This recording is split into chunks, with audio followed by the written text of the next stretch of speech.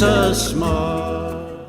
So we hear a basic question from the scribe today in the gospel, which is the first of all commandments. And the answer that Jesus gives is not something that is strange to them, it's something that they really know. Shema Israel, they call it Deuteronomy chapter 6, from verse 4 to 5. The Lord your God, hear, O Israel, the Lord your God is one God. And you must love the Lord your God with all your heart, with all your soul, with all your might.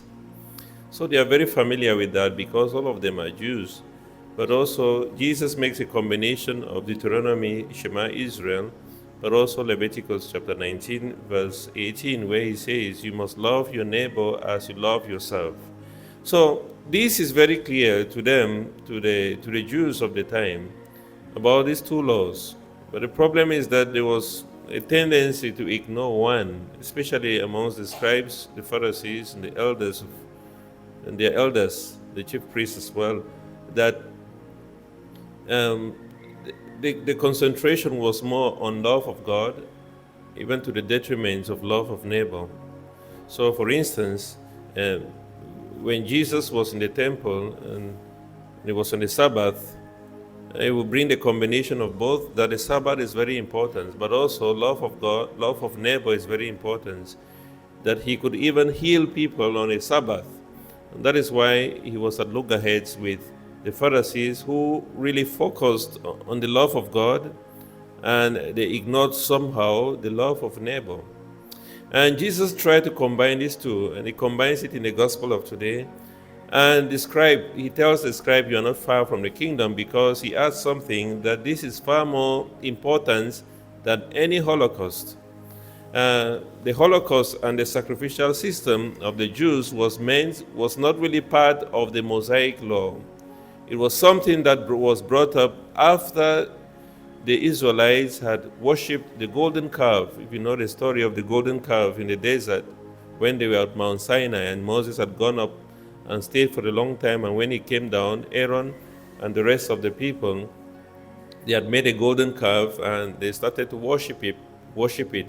And that is why the Levitical laws came up, kind of trying to reconcile themselves with God. And the scribe says, these laws, the law of love of God and love of neighbor, is far more greater than the Levitical laws, which are there to reconcile us with God. So the love of God and love of neighbor has been there right from the very beginning. Okay, even with the stone tablets that were given to Moses on Mount Sinai, we know the first three commandments: a relationship between us humans and God, and then the rest of it is about the relationship with one another. And the fact that there are two stone tablets is already also proving that one of it is for the love of God and one for the love of neighbor. And Jesus brings these two today and combines it. And now the New Testament, it does not only separate, it does not even just separate it or say the love of God and then love of neighbor, but it tries to bring it all together. That in the love of neighbor is the love of God. That's why in Matthew's Gospel, chapter 25, the story of the Last Judgment, it says, what you did to the least of my brothers and sisters, you did that to me. So there is no real separation between love of God and love of neighbor. In Matthew's Gospel also, chapter 5, verse 23, we hear Jesus saying, if you bring your gifts at the altar and you have something against your neighbor, go and be reconciled with your neighbor first, and then you offer your gifts at the altar. So love of God and love of neighbor is really brought together. It is not separated from each other again. Actually, in 1 John in chapter 4, verse 20, I think, it talks about if you love the God that you do not see, how can you claim to love the God that you do not see when you do not even love the brother and your sister that you see every day? So we cannot separate these two. And you see, this is what the mistakes the Pharisees, the scribes, and the elders have done. That it was all about God. It didn't matter what happens to the neighbor. It didn't matter if somebody was dying on the Sabbath. They had to obey God. And so Jesus tries to separate that. He says, no, that we cannot do that. We cannot just depend on God. No, we have to depend on God at all times. But it's not only about the law of God, to the detriment of law of neighbor. Actually, it's put together. We cannot do without the other. They have to be brought together. And this is the mistake we make today. You find people who are in church and they say, no, I never go back to that church again. I rather stay at home and worship God. Okay? Or that the church is in the heart. And all because we are escaping from encountering each other. So the church is in the heart. I'm not going to go to church again because I don't want to see these few people. And I stay at home and I pray and God is going to listen to me. No. We still have we still need the horizontal relationship with each other. And you find people even go to the extreme of leaving the church completely, or leaving a group, or avoiding some people because they feel, I don't want to meet these people. And the church is about, once I see these people in church, I feel very bad. I'm just going to stay at home and worship God. No, we cannot separate that. We have to be in great relationship with one another, and in relating with one another, then somehow we are already relating with God. When we can't say we are going to stay praying, and yet our attitude towards each other is very terrible.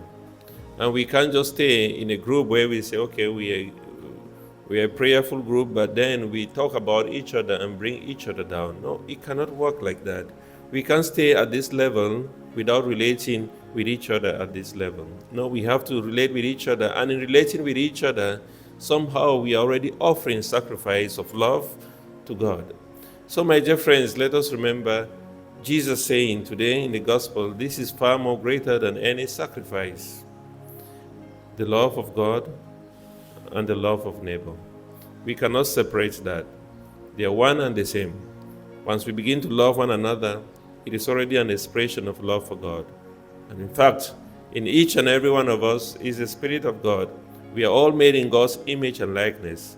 So when we begin to treat others badly, then also we are treating the Spirit of God in them. We are treating God badly as well. So remember again, Matthew's Gospel, if you have your gifts at the altar, if you bring your gifts at the altar, and then you remember you have something against your neighbor, go back and be reconciled. Then you come and offer your gifts at the altar. Remember again, Matthew's Gospel chapter 25, saying, whatever thing you do to the least of my brothers and your sisters, you do that to me. So when we love our brothers and sisters, then it's an expression of love of God. So my dear friends, we continue to ask God during this Eucharistic celebration that we may be able to recognize in each other the Spirit of God. And in recognizing the Spirit of God in each other, then we would learn to treat them like as if it was God Himself.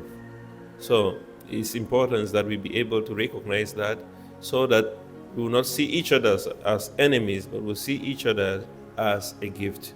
So we ask for that grace to remain always faithful to God, and to continue to love our brothers and to love God. Kiss us, mother, kiss your children. Bring God's blessings from above. With your mantle blue enfold us in your gentle holy love. See the darkness dissipating, hear the trumpet echoing, Satan's rage